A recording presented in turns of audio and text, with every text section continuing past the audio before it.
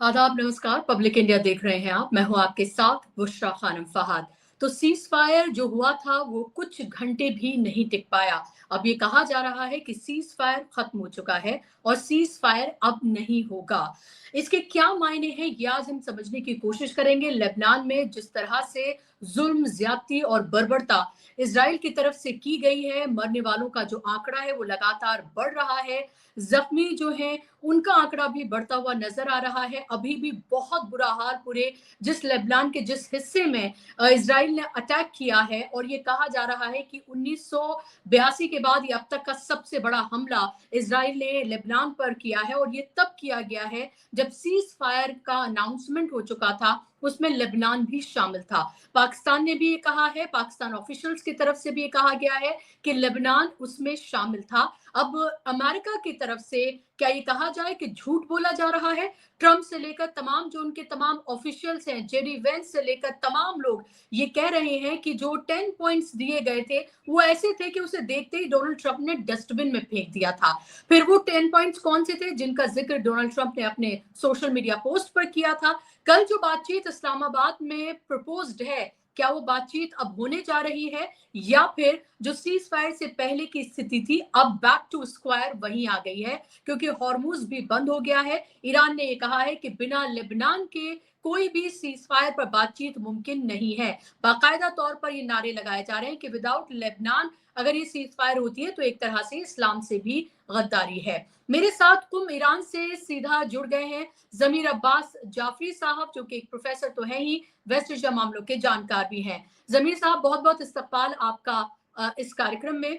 मेरा पहला सवाल आपसे जमीर साहब, क्या आप ये अब कह सकते हैं कि ये सीज फायर खत्म हो चुकी है? क्या कल होने वाली बातचीत 10 तारीख को जो इस्लामाबाद में होनी थी अब वो नहीं होगी, या वो बातचीत भी होगी और सीज फायर भी खत्म हो गया है? जी शुक्रिया बहुत बहुत। कुछ अहम चीजें हैं जिसको हमें तवज्जो जिसकी तरफ होनी चाहिए। ईरान ने जो ऑफिशियल स्टेटमेंट रिलीज किया था उसके अंदर कुछ पॉइंट्स स्टार्ट में ही मेंशन किए थे। पहला पॉइंट ये था कि हम अमेरिका पर बिल्कुल भी एतमाद नहीं करते, भरोसा नहीं करते। वो क्यों है हमें पता है, 2 बार बातचीत के दरमियान अमेरिका ने हमला किया। दूसरी चीज, ईरान ने जो उनके प्रपोजल्स आए थे ईरान ने सबको रिजेक्ट कर दिया। ईरान ने जो अपनी शर्तें हैं जब उनको दी, और वो सिग्नल ये दे रहे थे कि हम आपकी शर्तों पे बात करने तैयार हैं, तो ईरान ने उन शर्तों पे बात करने को रेडी हुए, तब ईरान बात करने में इंटरेस्टेड था। तीसरी चीज ये है कि सीज फायर का मतलब ये नहीं होता है कि जंग खत्म हो गई है, बल्कि सीज फायर का ये मतलब होता है कि जंग का मैदान बदल गया है। यानी अब जंग मिलिट्री से हटके डिप्लोमेसी की जंग है, लेकिन जंग जारी है। ये बहुत इंपॉर्टेंट है। चौथी चीज ये है कि इसके अंदर इजराइल और अमेरिका के बीच में जो डिफरेंस ऑफ ओपिनियन है, शिकाफ है, वो भी हमें समझ में आ रहा है कि अमेरिका जानता है कि अमेरिकन लॉसेस बहुत होंगे, अमेरिकन लॉसेस बहुत हो चुके हैं, और कल जो इजराइल ने किया वो फ्रस्ट्रेशन और डेस्परेशन की निशानी थी। और इजराइल का मकसद ये था कि सीज फायर किसी तरीके से आगे ना बढ़े। तो कभी कभी ये होता है बुशरा जी कि अगर कोई आप पे पत्थर फेंकता है तो आप पत्थर से नहीं लड़ते हैं, जो फेंक रहा है उससे लड़ना चाहिए। तो हमें ये समझ में आना चाहिए कि इजराइल के एम्स एंड गोल्स क्या हैं। इजराइल का एम एंड गोल ये है कि सीज फायर खत्म हो जाए, और सीज फायर ऐसा खत्म हो कि अमेरिका वॉर के अंदर शामिल रहे। यानी अगर एक ऐसी पोजीशन आती है कि अमेरिका कहता है कि I am not in the war, Israel अकेला है, तो वो वर्स्ट सिचुएशन है इजराइल के लिए। तो इजराइल ने जो कुछ कल किया है वो मकसद, वो तो उनको जेनोसाइड मैसेकर जो करते हैं उनको मजा आता है, क्योंकि उनके अंदर वो हैवानी और शैतानी, उनके अंदर रूहों के अंदर वो कैफियत है। उसके अलावा उनका मकसद बिल्कुल क्लियर था कि ये नेगोशिएशंस बंद हो जाए, सीज फायर बंद हो जाए और अमेरिका जंग में शामिल रहे। तो उनके गोल्स को हमको समझना बहुत जरूरी है कि इजराइल क्या चाहता है। ईरान स्ट्रेटेजिक तौर पर दो ईरान के लिए अहम पॉइंट्स है। एक ये कि गाजा और लुबनान दोनों, सिर्फ लुबनान नहीं है, गाजा और लुबनान और बल्कि पूरे रीजन में, जो ईरान ने पहला पॉइंट, ईरान के जो पार्लियामेंट के स्पीकर हैं कालीबाफ साहब, उन्होंने कहा है कि पहला ही पॉइंट हमारा ये था कि रीजन में वॉर खत्म होना चाहिए और तमाम रेजिस्टेंस फोर्सेस जो हैं उनको, उनसे तमाम किस्म की जंग बंद होनी चाहिए। तो ईरान के लिए स्ट्रेटेजिकली इंपॉर्टेंट है बिकॉज ईरान एक जंग लड़ रहा है जो उसूलों पर है, जो नैतिकता पर है, जो एथिक्स और मोरालिटी पर है। तो वो जंग के अंदर उन साथियों को छोड़ देना जो अपनी आजादी के लिए लड़ रहे हैं, जो जालिमों से लड़ रहे हैं, तो ईरान वो नहीं करेगा क्योंकि वो नैतिकता की जंग है। तो एक तरफ स्ट्रेटेजिकली ईरान के लिए ये भी इंपॉर्टेंट है, दूसरी तरफ स्ट्रेटेजिकली ईरान के लिए ये भी इंपॉर्टेंट है कि ये जंग के अंदर दुश्मन जो है, जैसे वॉर की एक टैक्टिक्स होती है कि वो कहा जाता है कि when your enemy is doing stupidity you should not react, you should sit and watch.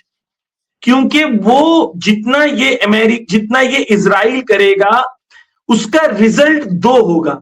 एक, शायद अमेरिकन एडमिनिस्ट्रेशन में इतना उसका असर नजर नहीं आए, लेकिन पूरी दुनिया में ये मैसेज जाएगा कि इजराइल एक्चुअली चाहता है वॉर कंटिन्यू हो और दुनिया में जो प्रॉब्लम्स होंगी उसका रूट कॉज इजराइल है।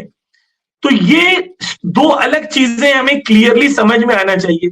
देखिए, एक हम जज्बाती हैं, मैं पूरी कल रात नहीं सो पाया, आपने शायद देखा होगा इंस्टाग्राम पे मैं कंटिन्यूस रात को 3 बजे तक वीडियोस बना रहा था, अपलोड कर रहा था, क्योंकि एक इंसानी कैफियत है कि अगर आप देख रहे हैं कि बच्चे जलाए जा रहे हैं, औरतों पे हमला हो रहा है, घर तबाह हो रहे हैं, तो अगर आप इंसान हैं और आपके दिल में किसी के लिए दर्द ना हो तो आप इंसान नहीं है। मुसलमान तो छोड़ दें, आप इंसान ही नहीं है।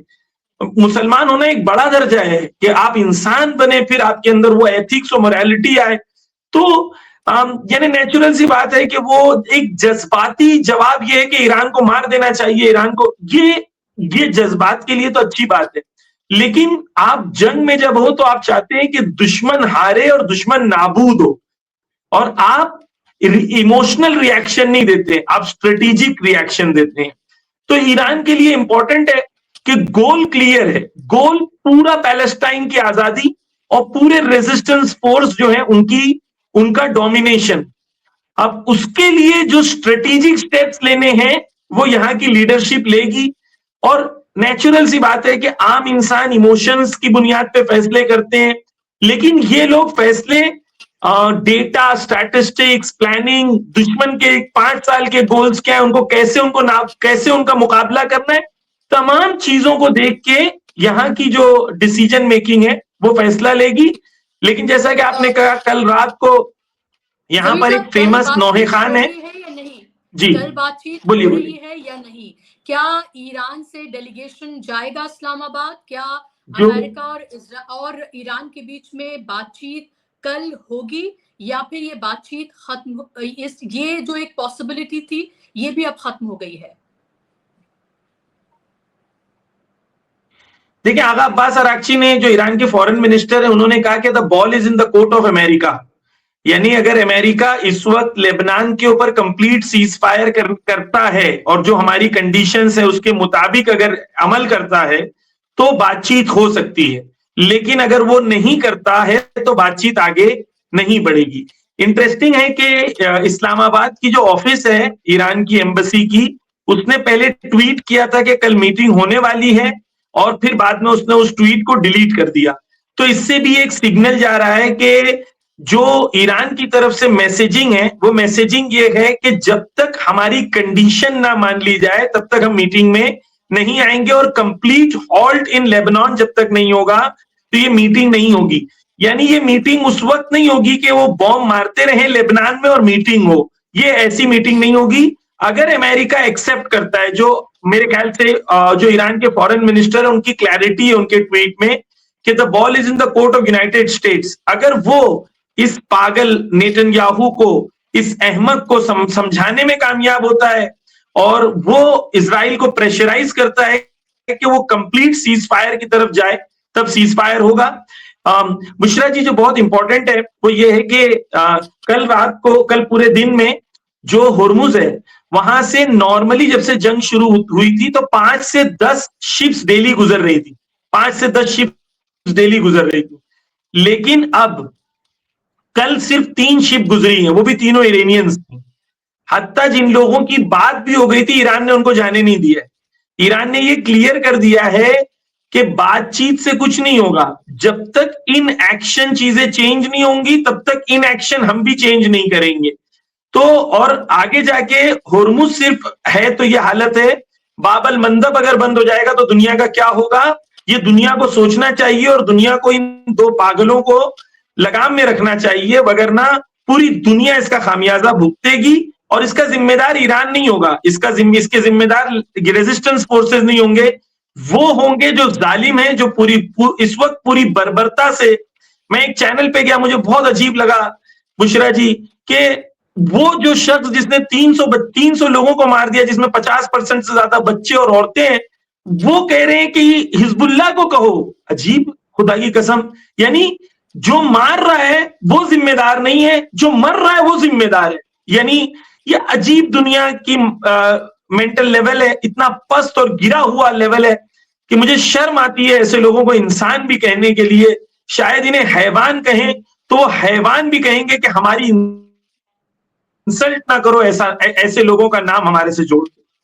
मेरा सवाल ये है जमीर साहब कि क्या इस वॉर की इंटेंसिटी अब बढ़ने जा रही है? मैं तमाम अमेरिकन ऑफिशियल्स इंक्लूडिंग ट्रंप में जिनको सुन रही थी, वो तमाम बातें कर रहे हैं। जाहिर सी बात है, जो उनकी पूरी दुनिया में बेइज्जती हुई है वो उनको हजम नहीं हो रही है, तो कह रहे हैं कि अब हमने पॉइंट्स दिए हैं जो ईरान ने दिए थे वो डस्टबिन में डाल दिए हैं। लेकिन उन तमाम बातों में वो ये नहीं कह रहे हैं कि जो सीज फायर का प्रपोजल है वो खत्म हो गया है, यानी कि बातचीत जो है उसके कहीं ना कहीं वो एक थिन लाइन छोड़ रहे हैं कि बातचीत अगर हो सके तो वो करना चाहते हैं।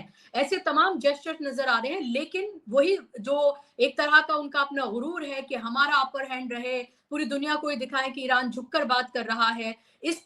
अगर इस तरह के सिनेरियो में बात होती है तो बात करने के लिए तैयार है। लेकिन ये भी साफ तौर पर लग रहा है कि ज़ायनिस्ट जो लॉबी है और जो नेतन्याहू है वो किसी कीमत पर भी नहीं चाहते कि ये बातचीत हो। तो क्या इस वॉर की इंटेंसिटी और बढ़ने जा रही है? और क्या ईरान जो लेबनान में हुआ है, जो यूएई में हमने देखा कि ईरान ने भी वहां पर हमला किया है, क्या ये हमले और बढ़ने जा रहे हैं? देखें, जंग जो है वो मिलिट्री ऑब्जेक्टिव्स के हिसाब से क्लियर होगी।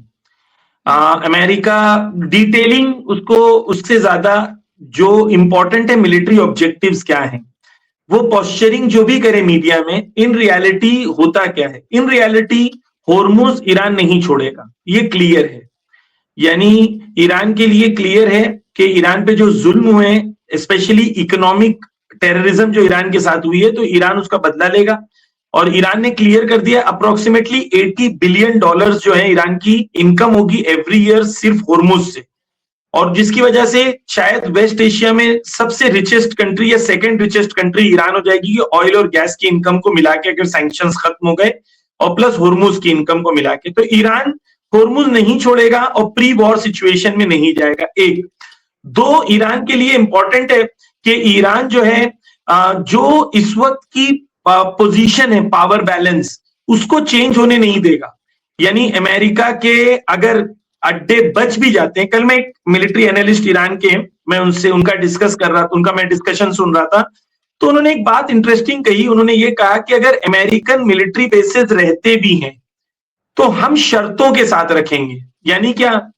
यानी आप कतर में हो, आपको कतर का दिफा करना है ताकि कतर में तख्ता पलट ना हो, तो कतर में 500 किलोमीटर की मिसाइल नहीं होनी चाहिए। यानी कतर के बाहर आप ईरान पर हमला कर सको ऐसी मिसाइल्स नहीं होनी चाहिए। यानी ये शर्तों के साथ ईरान कबूल करेगा। यानी ईरान के लिए क्लियर है, जो पावर बैलेंस ईरान ने इस वक्त क्रिएट किया है कि अमेरिकन सोल्जर्स मिलिट्री बेसिस में नहीं है, दोबारा वो थ्रेट ईरान के लिए इजाद ना हो। तो ये सेकंड पॉइंट है, ईरान के लिए बहुत क्लियर है। तो वो पोस्चरिंग क्या होगी, उससे ज्यादा इंपॉर्टेंट ये है कि ऑन ग्राउंड डिसीजंस और रिजल्ट क्या लिए जाएंगे। डोनाल्ड ट्रंप एक चीज को विक्ट्री क्लेम करेगा, वो ये है कि हमने ईरान को कह दिया कि न्यूक्लियर बॉम्ब ना बनाए और ईरान मान गया। ठीक है, और वो तो ईरान पहले से ही माना हुआ था, तो ईरान ने कुछ गिव अप नहीं किया है। तो लेकिन ये सिर्फ एक चीज है जो बार बार आज भी उन्होंने, डोनाल्ड ट्रंप ने जो ट्वीट किया उसके अंदर यही लिखा है कि ईरान विदाउट न्यूक्लियर बॉम्ब्स, अभी थोड़ी देर पहले मैंने वो देखा था। तो and straight of Hormuz should be open, तो स्ट्रेट ऑफ हॉर्मुज तो ओपन होगी लेकिन वो ईरान के कंट्रोल में रहेगी, जो पहले ट्वीट में उन्होंने कहा था, with limitations and technical limitations. तो टेक्निकल लिमिटेशंस यही है कि ईरान की आर्मी अप्रूव करेगी तब चलेगी। तो जंग के अंदर बुशरा जी देखिए, एक बात समझें, बहुत इंपॉर्टेंट है कि अमेरिका और इजराइल क्यों ईरान से सीज फायर करना चाहते हैं। उन लोग अच्छे लोग हैं, नेक इंसान हैं, दिल दर्द करता है उनका, वो नहीं चाहते ज्यादा इंसान मरे। नहीं, ये लोग जालिम हैं। ये सिर्फ ईरान से सीज फायर इसलिए कर रहे हैं क्योंकि ईरान के अंदर कुदरत है जवाब देने की। ये सेम लोग हैं, क्यूबा में ऑयल नहीं है, गैस नहीं है, लोग हॉस्पिटल्स में मर रहे हैं, कोई दुनिया में सीज फायर की बात नहीं कर रहा है क्योंकि ईरान ने होर्मुज का गला दबा दिया है। इसकी वजह से हर आदमी कह रहा है ईरान को सीज फायर कर लेनी चाहिए। तो ईरान क्योंकि पावरफुल पोजीशन में है, तो ईरान से इन लोग बात कर रहे हैं because Iran is in a powerful position. There is no other thing that is forcing them to talk to Iran. ये क्लियर होना चाहिए। यानी वो चाहे जो भी कहे, हमने इतने गेले, उनका नेक्स्ट स्केल अप क्या होगा, यानी what can they do next in military action? They can only kill more people, that's it. उन लोग कह रहे हैं मिलिट्री इंस्टॉलेशंस को हमने सब तबाह कर दिया, ये उनका क्लेम है। तो अब वो क्या करेंगे? वो कह रहे हैं कि हम सिविलियंस पे हमला करेंगे, सिविलियन इंफ्रास्ट्रक्चर पे हमला करेंगे। That is the next thing they can do, and उससे ये खुद को और ज्यादा एक्सपोज करेंगे पूरी दुनिया में। ईरान भी रिटेलिएट करेगा, दे नो दिस ऑल्सो, कि अगर वो सिविलियंस पे मारेंगे तो ईरान भी मारेगा। सो नेक्स्ट मरहला जंग का, इज इट पॉसिबल कि इसको नेक्स्ट मरहले पे जंग जाएगी? तो मेरी एक्सपेक्टेशन ये है कि नहीं होना चाहिए अगर एक्सपर्ट्स ओपिनियन ट्रंप एक्सेप्ट करें। वो लोग जो मिलिट्री एक्सपर्ट्स हैं अमेरिका के, वो बोल रहे हैं उसके हिसाब से। लेकिन अगर if America wants to take it to the next level, Iran will respond to that level also. So अगर जंग जाती है और अगर अमेरिका मिस कैलकुलेशन करता है, पहले ही उसका एक मिस कैलकुलेशन हो गया है कि ईरान पे हमला करना है, वो उसका मिस कैलकुलेशन था, आइडियली नहीं होना चाहिए था लेकिन हुआ। दो चीजें इंपॉर्टेंट है, गुरूर और बेवकूफी, घमंड और बेवकूफी। जैसे ही इंसान जितना ज्यादा घमंडी हो जाता है, उसके डिसीजन उतने ज्यादा बेवकूफाना होते हैं और वो अक्ल से काम करने के बजाय घमंड से काम करता है। अगर अमेरिका अपने घमंड और अपने तकब्बुर और बेवकूफी में अगर अमल करता है तो इसका रिजल्ट ये होगा कि अमेरिका और इजराइल का डिक्लाइन और फास्ट होगा। इससे ईरान को कोई प्रॉब्लम नहीं होगी। प्रॉब्लम ये होगी कि मौतें होंगी, शहादतें होंगी, नुकसान होगा। लेकिन ये इंपॉर्टेंट है कि war objective will not change and America will not achieve any of the war objective. ये बहुत क्लियर होना चाहिए लोगों के लिए। मौतें होंगी, कुर्बानियां होंगी, वो we will give that for a higher cause, the cause of justice. लेकिन जमीर साहब, सवाल ये कि लोग ये तो सोच रहे हैं कि लेबनान में जो हुआ है, अभी जो मौत का आंकड़ा लगातार बढ़ रहा है। मैं कुछ जगह पर देखती, कुछ रिपोर्ट्स में कि 1000 तक इसको बताया जा रहा है। अब ऐसा तो है नहीं कि इतनी ज्यादा मौतों के बाद, या जो हमने जो कुछ वहां देखा है वो तस्वीरें ऐसी हैं जो किसी के भी इंसानी दिल को चीर कर रख दें, कि लेबनान चुप होकर बैठ जाएगा। लेबनान तो इसका जवाब देगा। तो अगर ये जवाब दिया जाएगा इजराइल को और इजराइल फिर जवाब देगा, तो इसका मतलब अगर एक फ्रंट खुला रहता है तो क्या हम ये माने कि ईरान की जगह अब जंग का मैदान बदल गया है? नहीं, ऐसा नहीं है। देखें, नवंबर 2024 या दिसंबर 2024 में सीज फायर हुआ था लेबनान और इजराइल का, सैयद हसन नसरुल्लाह की शहादत के बाद, है ना। तो उसके बाद 1500 सीज फायर वायलेशंस इजराइल ने किया है। तो लेबनान ने तो रिस्पॉन्ड नहीं किया उस वक्त। लेबनान वेट कर रहा था, बिकॉज हर वक्त जंग में रिस्पॉन्ड नहीं किया जाता। आप वेट करते हैं राइट मूवमेंट का, ताकि दुश्मन को आप सही, क्योंकि देखिए आप ये तो बात माननी होगी ना कि इजराइल है, उसके पास अमेरिका का पैसा है, पूरी अमेरिका की मिलिट्री है, उसके सामने एक छोटा सा गिरोह है जो रेजिस्टेंस करके मुकाबला कर रहा है, उसके अंदर शुजात है, उसके अंदर मर्दानगी है, उसके अंदर इज्जत और गैरत है, इसके लिए वो लड़ रहा है। लेकिन वेपनरी पे दोनों इक्वल नहीं, लेकिन जबकि लेबनान के पास और हिजबुल्लाह के पास अभी जो वो मार रहा है, मरकावा जो उनके गिरा रहा है, उससे पता चल रहा है कि इनकी मर्दानगी और शुजात की वजह से उनके सोल्जर्स नॉर्थ इसराइल में आने से डर रहे। लेकिन हिजबुल्लाह की जो लीडरशिप है और हिजबुल्लाह का जो स्ट्रक्चर है, उन लोग स्ट्रेटेजिक डिसीजंस लेंगे, जज्बाती डिसीजंस नहीं लेंगे। जज्बाती हम जैसे लोग हो जाते हैं, हमारा होना भी चाहिए, लेकिन यह है कि जो लीडरशिप और मैनेजमेंट होती है एक ऑर्गेनाइजेशन की, वो अपने गोल्स और स्ट्रेटजीज को जज्बात की बुनियाद पे नहीं बनाते, वो अपने गोल्स और स्ट्रेटजीज को अपने स्ट्रेटेजिक डिसीजन मेकिंग के हिसाब से बनाते हैं। अगर हिजबुल्लाह ने डिसाइड किया कि स्ट्रेटेजिक पेशेंस का टाइम है, तो वो भी वेट करेंगे। और अगर ईरान ने डिसाइड किया, तो ये जंग के अंदर एक्चुअल हदफ क्या है? एक्चुअल हदफ ये है कि अमेरिका और इजराइल को इतना कमजोर और ज़ईफ बना दो ताकि वो रेजिस्टेंस फोर्सेस मुकाबला कर सके। तो आपको ये देखना होगा कि कब क्या करना है। अगर हिजबुल्लाह, देखिए हिजबुल्लाह ने तो ये नहीं कहा कि हम लोग जो है, ईरान अगर सीज फायर करेगा तो हम नहीं करेंगे। तो जो डिसीजन होगा वो कलेक्टिव डिसीजन होगा, और अगर ये डिसीजन ऐसा हुआ कि जंग अगर इस तरफ जारी रही, तो डेफिनेटली ईरान के लिए भी क्लियर होगा कि ईरान भी उसको पूरी तरीके से सपोर्ट करेगा और वो सपोर्ट सिस्टम इंशाल्लाह प्रोवाइड करेगा। लेकिन जो चीज मैं कहना चाह रहा हूं कि ऐसा नहीं होगा कि लेबनान में जज्बाती डिसीजन लिए जाएंगे। उन लोगों के लिए जो इंपॉर्टेंट होगा, सही होगा, वो सही डिसीजन लेंगे और ईरान उसको फुल सपोर्ट करेगा जो वहां की लीडरशिप डिसाइड करेगी। लास्ट क्वेश्चन में मेरा आपसे जमीर साहब, कि जो 10 पॉइंट्स दिए गए हैं जो कि पूरी तरीके से सोशल मीडिया पर वायरल थे और वायरल हैं अभी भी, उसको लेकर ये व्हाइट हाउस के ऑफिशियल्स की तरफ से कहा गया है कि वो एक तरह से फेक थे और वो पूरी तरीके से फैलाए गए ईरान की तरफ से, ये उनका कहना है। और अब उनका मेरा सवाल आपसे ये है कि उन 10 पॉइंट्स में से जो हमने तमाम जिसकी बात की, जिसके बारे में आपने भी बात की, मैंने आपका भी इंस्टाग्राम पर मैंने देखा जो आपने वीडियो बनाई, मैं ये आपसे पूछ रही हूँ कि इन 10 में से ऐसा तो है नहीं कि 10 के 10 पॉइंट्स जो है वो अमेरिका मान लेगा। क्या ऐसा कुछ है कि इन पॉइंट्स पर बात की जा सकती है लेकिन इस पर किसी कीमत का, पर किसी तरह का कोई कॉम्प्रोमाइज नहीं होगा, या फिर ये 10 के 10 पॉइंट्स ऐसे हैं कि इसमें रत्ती बराबर भी इधर से उधर नहीं होगा और तभी कोई सीज फायर होगा? नहीं, देखिए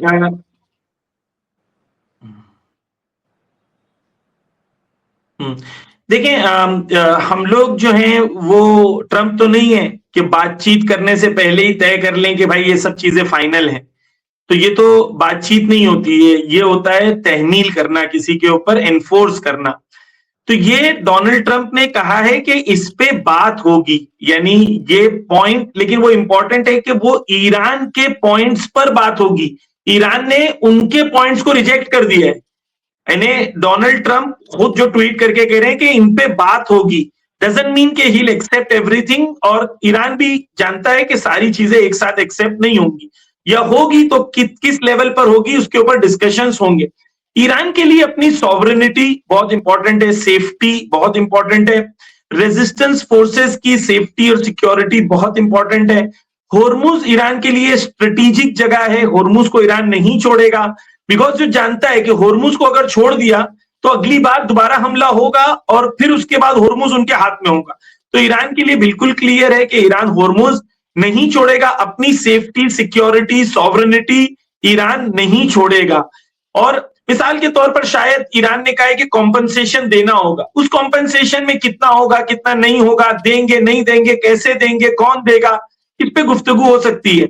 लेकिन क्योंकि हम डिप्लोमेट्स नहीं हैं, डिटेल्ड हमारे पास इंफॉर्मेशन नहीं है, इनसाइड व्हाट वी नो के वैल्यू सिस्टम ईरान का जो है उसके अंदर कोई कॉम्प्रोमाइज नहीं होगी। सेफ्टी, सिक्योरिटी, सॉवरेनिटी ईरान की, उसमें कोई कॉम्प्रोमाइज नहीं है।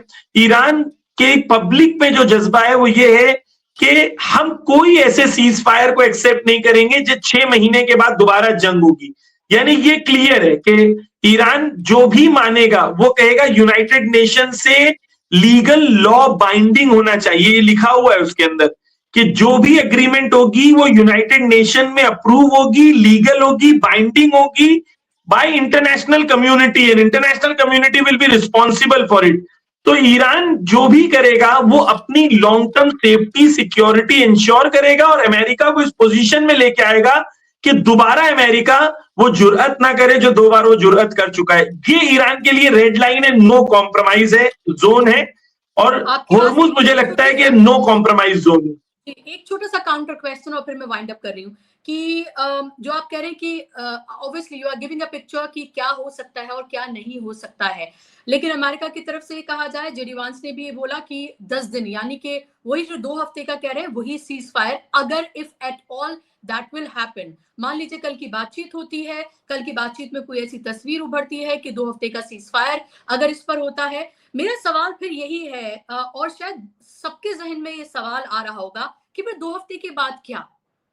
2 हफ्ते के बाद ऐसा नहीं कि अमेरिका को उनको हम और तैयारी का, ईरान जो है और तैयारी का मौका दे रहा है, 2 हफ्ते के बाद क्या?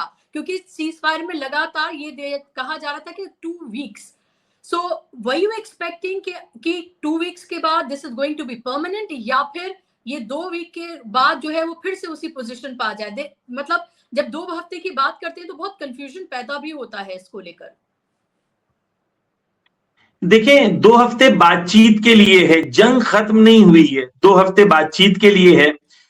ईरान के लिए अब एक सवाल ये है कि मिसाल के तौर पर 2 हफ्ते में वो लोग क्या कर सकते हैं, दुश्मन क्या कर सकता है? मसलन वेपन्स रीलोड कर सकता है, कितने वेपन्स को रीलोड कर सकता है, कितने वेपन्स को रीअरेंज कर सकता है? अच्छा, दुश्मन कर सकता है तो ईरान भी कर सकता है, यानी अगर दुश्मन अपने इंफ्रास्ट्रक्चर को मजबूत कर सकता है, मिसाइल, तो ईरान भी कर सकता है, ठीक है। तो वो जो डिसीजन मेकर्स होते हैं उनके लिए तमाम फैक्टर्स को वो नजर में रखते हैं। तो ऐसा नहीं है कि मसलन ईरान को नहीं पता है कि अमेरिका मूवमेंट किस तरीके से कर रहा है, या ईरान के पास इंटेलिजेंस नहीं होगी कि अमेरिका इस वक्त क्या कर रहा है। तो ये जो दो हफ्ते, इसके कई इसके माना हो सकते हैं। एक माना ये हो सकता है कि अमेरिकन 30-40 हजार सोल्जर्स जो होटल्स में और बेसमेंट्स में छुपे हुए हैं, अमेरिका 2 हफ्ते के बाद अनाउंस करेगा जंग खत्म हो गई है, लेकिन ये 30-40 हजार सोल्जर्स को सेफली मिडिल ईस्ट से, वेस्ट एशिया से निकाल के बाहर ले जाएगा। ये भी 2 हफ्ते का एक मीनिंग हो सकता है। 2 हफ्ते का मीनिंग ये हो सकता है कि 2 हफ्ते के बाद इन लोग शदीद हमला करेंगे। लेकिन बुशरा जी, कौन सी ऐसे वेपन्स इनके पास अभी नहीं है जो 2 हफ्ते के बाद आ जाएंगे? ये कौन सी ऐसी चीज है इनके पास अभी नहीं है जो 2 हफ्ते के बाद आएगी? तो 2 हफ्ते में क्या कर सकते हैं ये लोग? क्या ऐसे मिलिट्री, देखें मिलिट्री में 2 चीज होती है बुशरा जी, एक होता है पावर और एक होता है इंटेंट। तो अमेरिका के पास टू बॉम्ब अ नेशन उतना पावर है कि वो मसलन 2 लाख 5 लाख लोगों को मार दे। ये पावर तो उसके पास अभी भी है, लेकिन ये इंटेंट नहीं है उसके पास। तो क्या 2 हफ्ते में ये इंटेंट आ जाएगा? या हम कह रहे नहीं पावर आ जाएगा? नहीं, पावर है उनके पास इस तरीके से मास लेवल पर किलिंग करने की, क्योंकि उसके अलावा कोई मिलिट्री ऑब्जेक्टिव वो 2 हफ्ते के बाद भी, मिसाल के तौर पर 2 हफ्ते के बाद उन लोग रीलोड कर लेते हैं, फिर से ईरान में हमला करते हैं, तो क्या करेंगे? हवाओं से हमला करेंगे। अगर हवाओं से करेंगे तो वो तो आज भी कर सकते हैं। अगर बॉम्ब गिराना है तो वो तो आज भी कर सकते हैं। जमीन में अगर एंटर करना चाह रहे हैं तो वो तो आज भी कर सकते हैं। अगर आज, तो जो खतरा उनको आज है जमीन हमला करने का, वो उस वक्त भी है। अगर वो कह रहे हैं 2 हफ्ते लेंगे कि उनकी अब्राहम लिंकन नजदीक आ जाएगी, तो जब 40 दिन में नजदीक नहीं आई तो 2 हफ्ते में कहां से नजदीक आ जाएगी? तो आप तमाम कैलकुलेशंस को देखेंगे तो nothing will actually change on the ground, क्योंकि इन लोगों ने जब ईरान पे हमला किया उससे 2 महीना पहले से इन लोग सारी चीजों को जमा कर रहे थे। So nothing will change on the ground. Only अगर चेंज होगा तो ईरान की तरफ से होगा कि ईरान का मिसाइल इंफ्रास्ट्रक्चर दोबारा खड़ा होगा, ईरान के लॉन्चिंग पैड्स दोबारा अरेंज हो जाएंगे, क्योंकि ऐसा नहीं कि सिर्फ वो करेंगे, उनके पास तो ज्यादा ऑप्शंस है, ईरान के पास जो है ऑप्शंस वो नहीं। तो ईरान जो भी फैसला करेगा, मुझे सिर्फ इतना कहना है कि आयतुल्लाह खामेनेई से किसी जवान ने इसी तरीके से बहुत जज्बाती आके एक सवाल पूछा था शहीद से, तो आयतुल्लाह खामेनेई ने कहा था, देखिए देखो बेटा, कि तुम्हारी जितनी अक्ल है ना, कम से कम ये मान लो कि वो लोग जो इतने एक्सपीरियंस्ड हैं, तुम्हारी इतनी अक्ल तो उनको भी है। अगर ये नहीं मानते हो कि तुम्हारे से ज्यादा वो अक्लमंद और ज्यादा पढ़े लिखे, ज्यादा समझदार, ज्यादा तजुर्बेकार हैं, कम से कम तुम इतना तो मान लो बेटा कि वो तुम्हारे लेवल की अक्ल तो उनके पास भी है। वो भी जानते हैं कि दुश्मन क्या कर सकता है, दुश्मन क्या नहीं कर सकता है। मैं सिर्फ अपने आपके व्यूअर्स को मैं एक चीज बिल्कुल इत्मीनान से मैं बयान कर दूं कि ईरान की पोजीशन इस पावर में बहुत स्ट्रेंथ की पोजीशन है। चाहे वो मीडिया में जो भी पोस्चर दिखाएं, उनकी मिलिट्री बेसिस तबाह हो गए हैं, अब्राहम लिंकन नजदीक नहीं आ रहा है, उनके on ground boot on ground का ऑप्शन तकरीबन उन लोगों ने भूल चुके हैं। अगर करेंगे तो उनको बहुत बुरा नुकसान उठाना पड़ेगा। उनके पास ऐसा कुछ नहीं है कि वो कर सकते हैं, सिवाय मैं बार बार एक चीज के कह रहा हूं, सिवाय मास लेवल पर सिविलियंस को मारने के और सिविलियंस इंफ्रास्ट्रक्चर को तबाह करने के, इसके अलावा उनके पास कोई ऑप्शन बाकी नहीं है।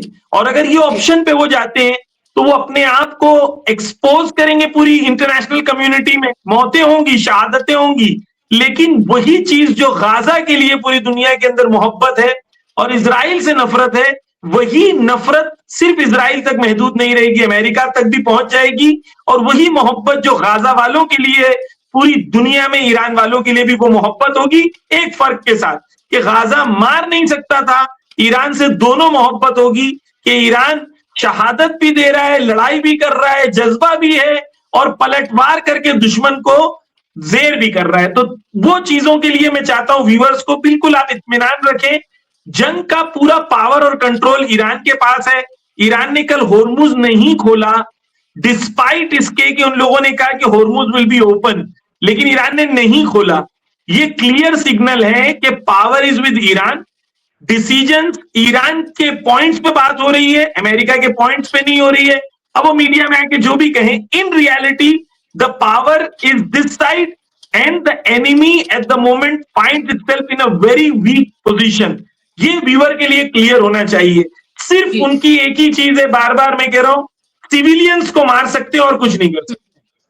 बिल्कुल, बहुत इंपॉर्टेंट आपने बात कही और यही सब लोगों का मानना भी है कि बहुत किया तो क्या, वो जो एक डर, एक खौफ जो था कि न्यूक्लियर वेपन का इस्तेमाल कर सकते हैं, न्यूक्लियर वेपन का इस्तेमाल यानी कि बड़े पैमाने पर लोगों का मारा जाना, और वो सिर्फ ईरान तक महदूद नहीं रहेगा, रेडिएशन कहाँ तक फैलेंगी। तो इतना आसान भी नहीं होता कि ट्विटर पर आकर या सोशल मीडिया पर या मीडिया के सामने आकर धमकी दे देना और उसे एक्चुअल में करना। और मैं देख रही थी कि जब ये सीज फायर हुआ और जिस तरह से हुआ, उसके बाद पूरे ट्विटर पर एक तरह से लोग लिख रहे थे कि हेलो सुपर पावर ईरान, और लोग उसका जवाब दे रहे थे कि हेलो सुपर पावर। तो 40 दिन में इतना बदल गया है कि सुपर पावर देखिए कैसे, जिस कंट्री पर रिस्ट्रिक्शंस लगे हुए थे, क्या क्या नहीं, और अभी भी लगे हुए क्या क्या नहीं, वो 40 दिन में लोग उसको सुपर पावर कह रहे हैं। ये बदल गया है। तो पूरे के पूरा आप ये देखें कि वर्ल्ड ऑर्डर तो बदल ही रहा है, लोगों की जहनियत, परसेप्शन, नैरेटिव, वो सब भी बदल रहा है। बहुत बहुत शुक्रिया जमीर साहब, आपका कार्यक्रम का हिस्सा बनने के लिए, समय देने के लिए बहुत बहुत शुक्रिया। शुक्रिया आप तमाम दर्शकों का भी। Thank you.